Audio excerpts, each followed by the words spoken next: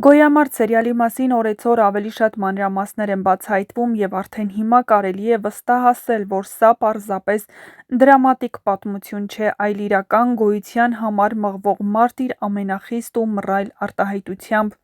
Սերիալի սյուժեի առանցքում կանգնած է փողը, բայց ոչ այն փողը, որը վաստակվում է ազնիվ ճանապարհով։ Խոսքը գնում է փողի համար բոքսի, ստվերային մենամարտերի, կեղտոտ գործարքների, խարդապանքների և մարդկային ճակատագրերի վրա կառուցված համակարգի մասին։ Այս աշխարհում մարդն արժեք ունի այնքան ժամանակ, քանի դեռ կարող է գումար բերել կամ օգտակար լինել։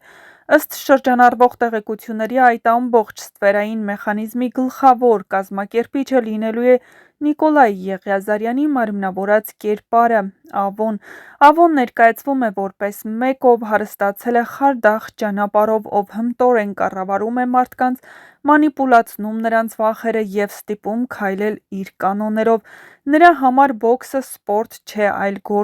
գործիք փող աշխատելու, ազդեցություն ունենալու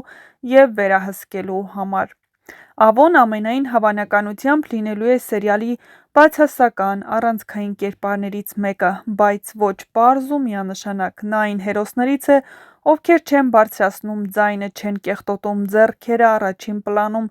այլ շարժում են թելերը ստվերից։ Այդպիսի կերպարները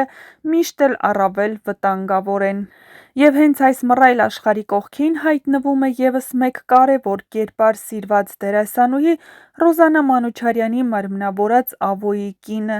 Նրա մասնակցությունը սերիալին նոր շերտ է ավելացնում պատմությանը։ Դերասանուհին արդեն հասցրել է ինտրիգ ստեղծել՝ հրապարակելով լուսանկարներ ու տեսանյութեր, որոնցքից գրելով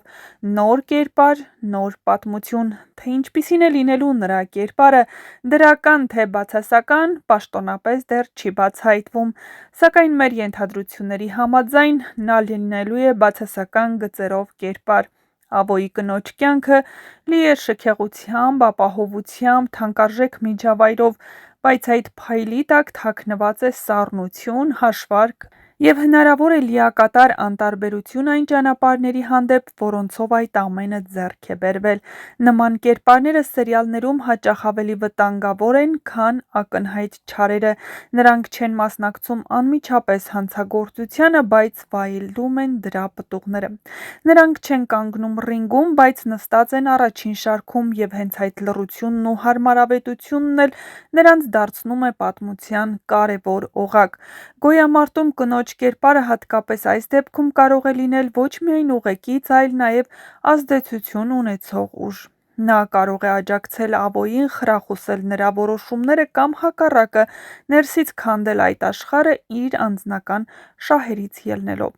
Սերիալն այսպիսով բացում է ոչ միայն փողի և բռնության թեման, այլ նաև բարոյական պատասխանատվության հարցը, որտեղ է սկսվում մեղքը, արդյոք միայն այն մարդն է մեղավոր, ով կազմակերպում է կեղտոտ գործերը, թե նաև նա, ով լուռ օգտվում է դրանց արդյունքներից։ Գոյամարտը խոստանում է լինել սերիալ, որտեղ չկա սև ու սպիտակի բաժանում։ Այստեղ բոլորն ինչ-որ չափով ներգրավված են, բոլորն ինչ-որ չափով ինչ-որ բան են կորցնում, և բոլորն ինչ-որ բանի համար պայքարում են։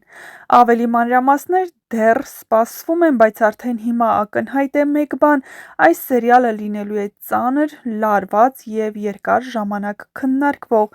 իսկ շարունակությունը՝ շատ շուտով։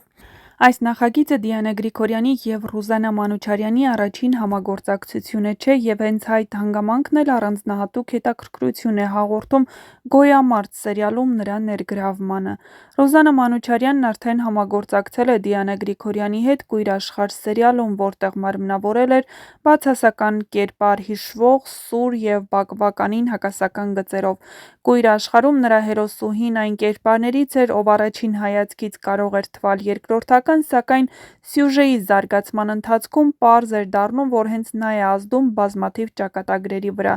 Սառնասիրտ, հաշվարկող, երբեմն նույնիսկ դաժան Ռուզաննա Մանուչարյանը կարողացավ կերպարին հաղորդել այնպիսի ներքին լարվածություն, որը երկար ժամանակ քննարկվում էր հեռուստադիտողների կողմից։ Այդ դերակատարումը ևս մեկ անգամ ապացուցեց, որ նա շատ վստահ ու համոզիչ է հենց բարդ ու բացասական կերպարների մեջ։ Եվ հենց այդ փորձն է, որ հիմք է տալիս ենթադրելու գոյամարտում ևս նրա մարմնավորած կերպարը չի լինելու պարզ ու միանշանակ դրական։ Ավոյի կնոջ կերպարն ամենայն հավանականությամբ կառուցվելու է նույն խորքային տրամաբանությամբ՝ արտաքին փայլ, շքեղ կյանք, վստահ պահվածք, բայց ներսում սառնություն, հաշվարկ և սեփական շահը առաջին տեղում դնելու պատրաստակամություն։ Դիանա Գրիգորյանը հայտնի է նրանով, որ եթե դերասանի հետ մեկ անգամ հաջող համագործակցություն է ունեցել, կրկին վերադառնում է այդ կադրին նոր պատմությամբ ու նոր խնդիրներով։